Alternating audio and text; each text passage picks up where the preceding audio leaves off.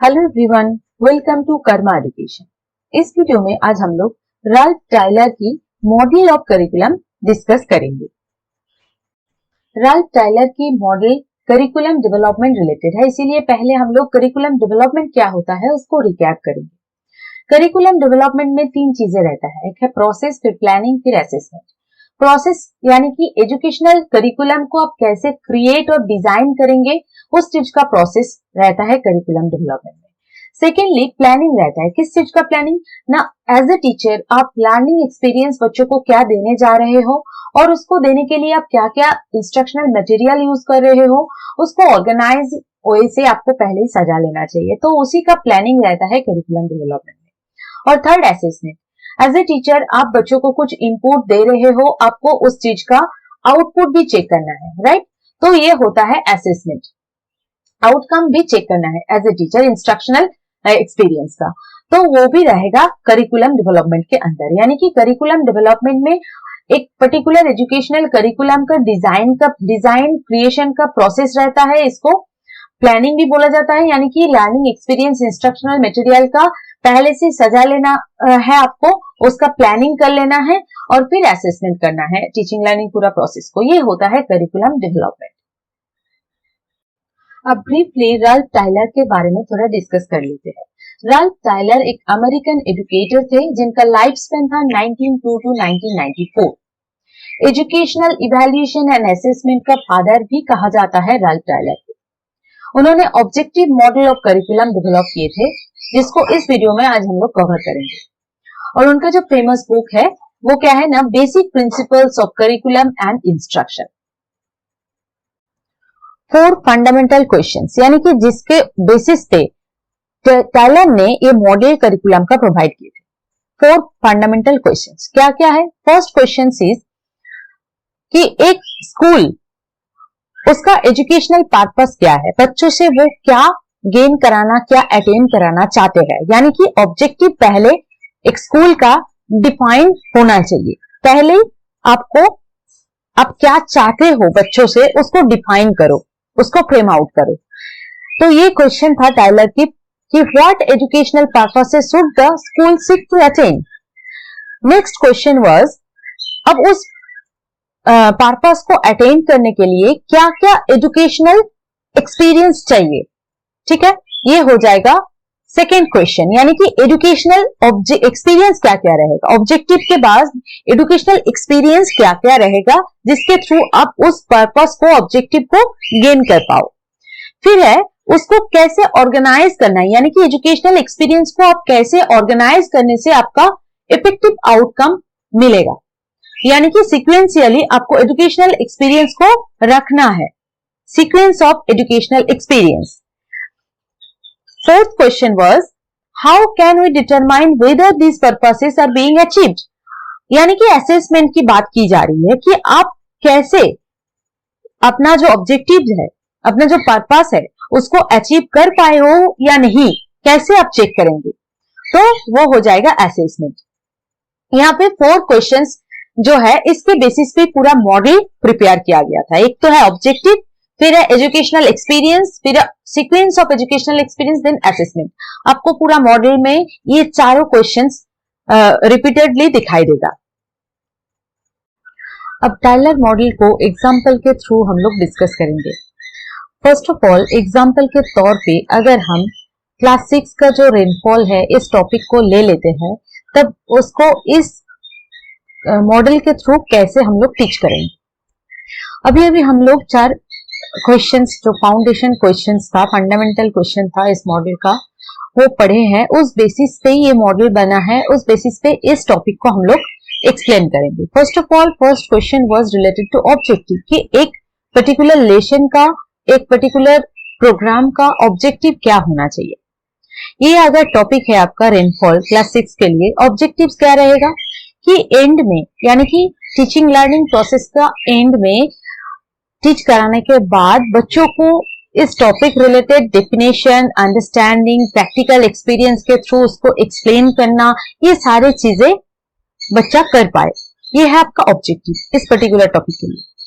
Next है selection of learning experience. Selection of learning experience में क्या होता है, जब आप इस टॉपिक को क्लासरूम में पढ़ाएंगे तब कौन सा एक्टिविटीज के थ्रू आप पढ़ाएंगे, वो होता है लर्निंग एक्सपीरियंस, यानी कि इस पर्टिकुलर टॉपिक को आप कैसे बच्चों को एक्सपीरियंस कराएंगे, उसको पहले से सिलेक्ट करना है। यानी कि सिलेक्शन ऑफ लर्निंग एक्सपीरियंस ये सेकेंड स्टेप था, सेकेंड क्वेश्चन के बेसिस पे इस मॉडल का सेकेंड स्टेप था।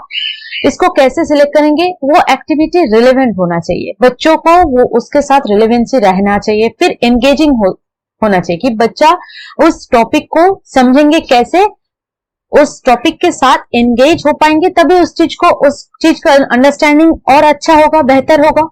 मीनिंगफुल एक्टिविटीज होना चाहिए, यानी कि ग्रुप डिस्कशन, फिर डॉक्यूमेंट्री स्क्रीनिंग, ये सारे चीजें जिसमें बच्चों के अंदर एक एनर्जी क्रिएट हो, वो बच्चा खुद को एंगेज कर पाए टॉपिक के साथ, वो रेलेवेंट हो। ऐसा learning experience as a teacher आपको सिलेक्ट करना है। फिर है थर्ड स्टेप, उसमें क्या आएगा, लर्निंग एक्सपीरियंस।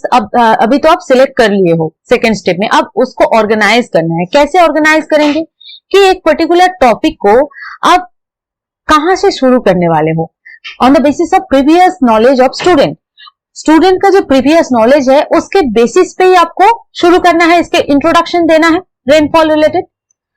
तो मतलब इस टॉपिक का प्रीवियस नॉलेज मान लीजिए क्लाउड है, तो क्लाउड से आपको रेनफॉल तक जाना है, ऐसे ऑर्गेनाइज करना है आपका लर्निंग एक्सपीरियंस को। ठीक है, ये है थर्ड स्टेप। और फोर्थ और फाइनल स्टेप क्या है, इवैल्यूएशन। बच्चों को पढ़ा दिए हो सिक्वेंशियली लर्निंग ऑब्जेक्टिव्स को सजा के उसको जो इंस्ट्रक्शन देना था दे दिए हो, अब बच्चा कितना उस चीज को ले पाए है उसको आपको चेक करना है। तो कैसे करेंगे, आप थ्रू इवैल्यूएशन उसको चेक कर सकते हैं। क्लास टेस्ट हो सकता है, वो क्विज हो सकता है, कैसे भी आप इसको इवैल्यूएट कर सकते हैं। ये है टाइलर करिकुलम मॉडल। अब इसको हम लोग और डिटेल में थोड़ा डिस्कस कर लेते हैं। अब आते हैं स्ट्रक्चर ऑफ द मॉडल। यहाँ पे क्या है ना, इस मॉडल का स्ट्रक्चर लीनियर बोला गया है। क्यों, क्योंकि ऑब्जेक्टिव से स्टार्ट होता है और इवैल्यूएशन पे जाके ये एंड होता है, इसीलिए as per its structure this model is also called linear model, right. अब है इस मॉडल का फोकस क्या है, इस मॉडल का फोकस है प्लानिंग फेज। क्यों, क्योंकि objectives, selection of learning experience, organization of learning experience, ये इन सारी चीजों को आप कैसे प्लान करेंगे, यहाँ पे फोकस है इसका, ना तो इम्प्लीमेंटेशन और इवैल्यूएशन, राइट।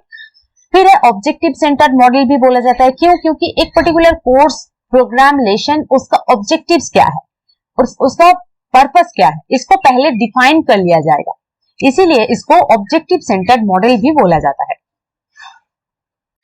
अब ऑब्जेक्टिव सिलेक्शन का दो बेस रहता है, एक तो है फिलोसॉफिकल बेस, दूसरा है साइकोलॉजिकल बेस। साइकोलॉजिकल बेस का एग्जाम्पल है कि ना बच्चों का यहाँ पे नीड देखा जाता है, बच्चों का एबिलिटी कंसिडर किया जाता है, इसीलिए यहाँ इसको साइकोलॉजिकल बेस माना जाता है ऑब्जेक्टिव सिलेक्शन में। और फिलोसॉफिकल बेस यानी कि बच्चों के अंदर जब डेमोक्रेटिक सिटीजनशिप का वैल्यूज इनकलकेट किया जाता है तब वो फिलोसॉफिकल बेस के अंदर आएगा। अब है क्यों इस मॉडल को डिडक्टिव अप्रोच बोला जाता है, क्योंकि हम लोग जब ऑब्जेक्टिव्स को सिलेक्ट करते हैं, ऑब्जेक्टिव्स को societal need, learners need, subject matter के बेसिस पे सिलेक्ट करते हैं, यानी कि एक जनरल कंसेप्ट से एक स्पेसिफिक ऑब्जेक्टिव्स को हम लोग ड्रॉ करते हैं, इसीलिए इसको डिडक्टिव अप्रोच भी बोला जाता है।